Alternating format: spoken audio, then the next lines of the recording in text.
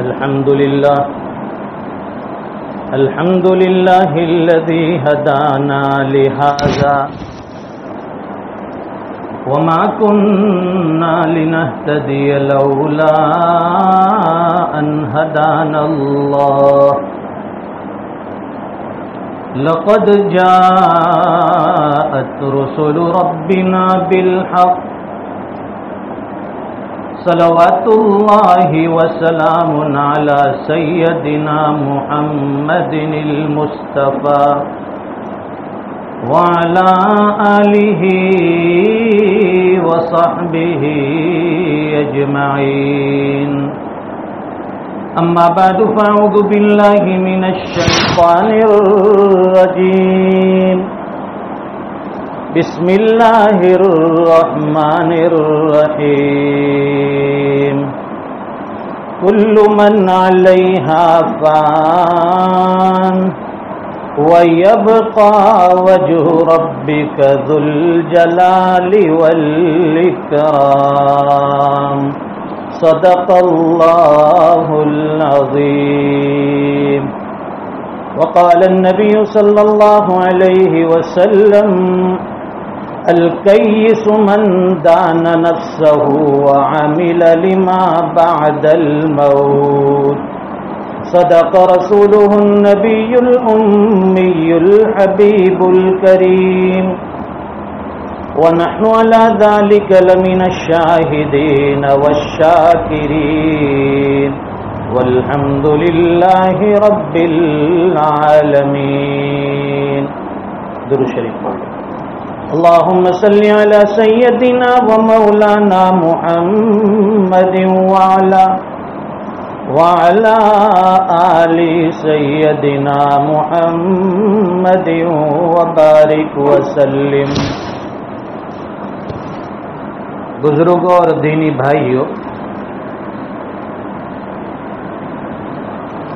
اللہ تعالیٰ نے قرآن کریم میں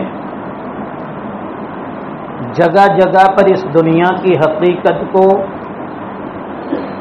اور اس دنیا میں انسان کی حیثیت کو اور اس کے یہاں کے قیام کو اور اس کے دنیا کے جینے کو بہت کھول کر تفصیل کے ساتھ بیان فرمایا ہے. اللہ تعالیٰ نے قرآن کریم میں صاف اعلان فرما دیا کہ یہ دنیا، یہ کائنات، یہ جہاں، یہ جگت ہم نے ٹیمپروری عارضی طور پر بنایا. یہ کوئی دائمی اور ہمیشہ کی جگہ دنیا نہیں ہے. یہ اتنا بڑا آسمان اور یہ وسیع اور عریض زمین، یہ ساری چیزیں ہم نے لمیٹڈ ٹائم، مختصر وقت کے لیے بنائی. ظاہر ہے کہ جب یہ زمین، آسمان، یہ چاند، سورج، یہ ستارے، یہ ساری چیزیں عارضی ہے، تو پھر اس دنیا میں دوسری چیزیں جو اللہ نے بنائی وہ بھی عارضی. انسان عارضی طور پر دنیا میں آیا ہے. اس لیے نبی کریم صلی اللہ علیہ وسلم نے ایک روایت میں ارشاد فرمایا کہ میری امت کی عمریں 60 سے 70 کے بیچ میں ہوگی. کوئی بہت جیے گا تو 70 سال جیے گا، 80 سال جیے گا. اور اس سے پہلے کتنے دنیا چھوڑ کر چلے جاتے ہیں. معلوم ہوا کہ دنیا میں جو پہلے آئے تھے وہ بھی چلے گئے، جو بعد میں آئے ہیں وہ بھی چلے جائیں گے، اور اس کے بعد جن کو آنا ہے وہ بھی چلے جائیں گے. یہ دنیا اور دنیا کی ہر چیز فانی ہے. جب فانی دنیا میں اللہ نے ہمیں بھیجا ہے ہمیشہ کی آخرت کی تیاری کے لیے. روزانہ ہمارے سامنے جنازے اٹھتے ہیں، لوگ مرتے ہیں، دنیا سے چلے جاتے، لیکن ہماری عقلوں پر، ہمارے دماغ پر، ہمارے ذہنوں پر ایسا پردہ لگا ہوا ہے کہ ہمیں موت کی کوئی فکر نہیں، کوئی خیال نہیں. یہ غفلتوں میں زندگی گزر رہی ہے دوستو. اور جن کو اللہ تعالیٰ نے عقل سلیم عطا فرمائی ہو، جن کو اللہ تعالیٰ نے صحیح حس عطا فرمائی ہو، وہ اس دنیا کے ایک ایک دن کو، ایک ایک منٹ کو، ایک ایک لمحے کو پھونک پھونک کر گزارتا ہے۔ اسے معلوم ہے کہ مجھے یہاں سے جانا ہے۔ جیسے مثال کے طور پر اگر کسی جزیرے میں ایک آدمی کو پہنچایا جائے اور وہاں سونے کے پہاڑ ہو، اسے کہا جائے کہ یہاں سے جتنا چاہے سونا نکال لے، لیکن کسی بھی وقت ہم تمہیں یہاں سے نکال سکتے ہیں۔ اب وہ آدمی پوری کوشش کرے گا، محنت کرے گا کہ میرا ایک منٹ، ایک سیکنڈ ضائع نہ ہو، میں زیادہ سے زیادہ یہاں سے سونا حاصل کر دوں۔ بالکل اسی طرح اللہ تعالیٰ نے انسان کو دنیا میں بھیجا ہے نیک اعمال کے لیے، نیکیاں کرنے کے لیے، تاکہ وہ آخرت میں اللہ تعالیٰ جو نعمتیں عطا فرمانے والے ہیں، جو وہاں کے درجات ہمیں عطا فرمانے والے ہیں، اس کا دار و مدار دنیا کی زندگی پر اور یہاں کے عمل پر ہوگا۔ نبی کریم صلی اللہ علیہ وسلم نے ارشاد فرمایا، الکیس من دان نفسہ وعمل لما بعد الموت، عقل مند انسان وہ ہے جو اپنے نفس کا محاسبہ کرے۔ دنیا عقل مند کس کو کہتی ہے؟ جو پیسے کمانے میں ماہر ہو، جو دوسرے کا جواب چٹکی بچٹکی دیتا ہو، جس کے پاس عالیشان مکان ہو، دنیا ہو، نوکر چاکر ہو، لوگ کہتے ہیں بڑا عقل مند آدمی ہے، تھوڑی سی مدت میں اس نے بہت کچھ جمع کر لیا۔ لیکن سرکار کی زبان سے جو جملے نکلے، اس میں جو جناب رسول اللہ صلی اللہ علیہ وسلم نے ارشاد فرمایا، الکیس من دان نفسہ وعمل لما بعد الموت، عقل مند انسان وہ ہے جو اپنے نفس کا محاسبہ کرے، جو نفس کا محاسبہ کرنے والا ہو، نفس کو کنٹرول میں کرنے والا ہو، اسے کہتے ہیں عقل مند۔ اب نفس کا محاسبہ کس طرح کریں گے؟ تو فرماتے ہیں کہ نفس کی جتنی خواہشات ہیں، ان خواہشات کو آدمی کنٹرول میں کر لے، اور وعمل لما بعد الموت، اور موت کے بعد کام آنے والے اعمال کرے۔ ظاہر ہے کہ موت کے بعد کیا چیزیں ہمیں کام آئے گی؟ کیا یہ دنیا کا مال و دولت، یہاں کا بینک بیلنس، یہاں کے بنگلے کوٹھیاں، یہ ہمیں کام آنے والے نہیں ہیں۔ وہاں نیکیاں کام آئے گی۔ اس لیے دوسری ایک روایت میں نبی کریم صلی اللہ علیہ وسلم فرماتے ہیں، موتو قبل ان تموتو، مر جاؤ اس سے پہلے کہ تمہیں موت آئے، وحاسبو قبل ان تحاسبو، اور اپنی زندگی کا حساب لو اس سے پہلے کہ تمہارا حساب لیا جائے۔ موت کے آنے سے پہلے مر جاؤ، اس کا کیا مطلب؟ علماء نے لکھا ہے کہ موت کے آنے سے پہلے مر جانا یعنی دنیا کی زندگی کی خواہشات کو کچل دینا، اس کو روند کر ختم کر دینا۔ اور دوسرا مطلب کہ موت کے آنے سے پہلے مر جاؤ یعنی موت کا استحضار ہمارے سامنے ہو، موت کا مراقبہ ہمیں کرنا چاہیے، موت کو سوچنا چاہیے کہ آج میں دنیا میں آیا ہوں اور یہ جوان بھی ہو گیا، میری شادی ہو گئی، بیوی بچے بھی ہو گئے، لیکن ایک وقت آنا ہے کہ دنیا سے میرا آخری وقت ہوگا۔ یہ جو دنیا کی آنکھیں کھلی ہے وہ ظاہر کی آنکھ بند ہوگی اور ہمیشہ کی زندگی کی آنکھ میری کھول دی جائے گی۔ پھر کئی لوگ میری موت کا اعلان کر رہے ہوں گے کہ بھائی فلاں کا انتقال ہو گیا ہے، کوئی میرے غسل کا پانی تیار کرتا ہوگا، اور کوئی میرے کفن کو کاٹ کر تیار کرتا ہے، کہیں جنازہ لایا جائے گا، اس میں لٹا کر مجھے وہاں نماز جنازہ کے لیے لے جائیں گے لوگ اٹھا کر، وہاں صلاۃ جنازہ بھی ہوگی، پھر مجھے قبر کے گھڑے میں اتار دیا جائے گا۔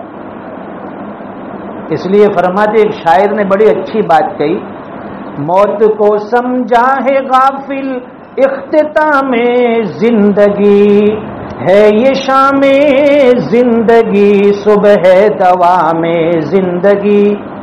یہ دنیا کی زندگی کی شام ہو گئی موت کے ساتھ، اور ہمیشہ کی زندگی کی صبح ہوتی ہے. جو ہمیشہ زندگی آنے والی ہے یہ موت کے ساتھ شروع ہوتی ہے. اس لیے لوگ کہتے ہیں کہ ابھی تو بہت عمریں ہمارے پاس پڑی ہے، ابھی تو ہمارا بچپنا ہے، جوانی ہے، خوب مزے کر لو، بعد میں بوڑھے ہو جائیں گے، مسجد کا کونا پکڑ لیں گے، ذکر اللہ کر لیں گے، نمازیں پڑھ لیں گے. آدمی اسی غفلت میں بڑھاپے میں داخل ہوتا ہے اور دنیا سے چلا جاتا ہے. اس لیے بڑی اچھی بات کہی، کسی خاکی پہ مت کر خاک اپنی زندگانی کو، اور جوانی کر فدا اس پر کہ جس نے دی جوانی کو. آدمی اپنی جوانی کو من چاہے طریقے سے گزارنا چاہتا ہے کہ یہ جوانی جس کا میں مالک ہوں، اس جوانی سے تھوڑا فائدہ اٹھا لوں، کیا معلوم بڑھاپے میں مجھے مزے کرنے کے ملے یا نہ ملے، اس لیے جوانی میں تھوڑے مزے کر لوں، بعد میں بڑھاپے میں توبہ کر لوں گا اور اللہ کے سامنے معافی تلافی کر لوں گا. یہ آدمی سوچتا ہے اور گناہ کرتا جاتا ہے، لیکن اچانک سے ایک دم سے موت کا فرشتہ اس کے پاس آ کر اس کی روح قبض کرنے کے لیے کھڑا ہو جاتا ہے. اس وقت آدمی سر پر ہاتھ رکھ کر افسوس کرتا ہے کہ ہائے افسوس، میں اپنی زندگی سے فائدہ اٹھا لیتا، میں اپنی جوانی کی قدر کر لیتا تاکہ آج یہ پچھتانے کا موقع نہ آتا. آدمی دنیا سے چلا جاتا ہے. روایت میں آتا ہے اذا مات الانسان انقطع عملہ، جب انسان مرتا ہے تو اس کے نام اعمال منقطع ہو جاتے ہیں. نیکیوں کا جو رجسٹر ہے وہ دفتر بند ہو جاتا ہے.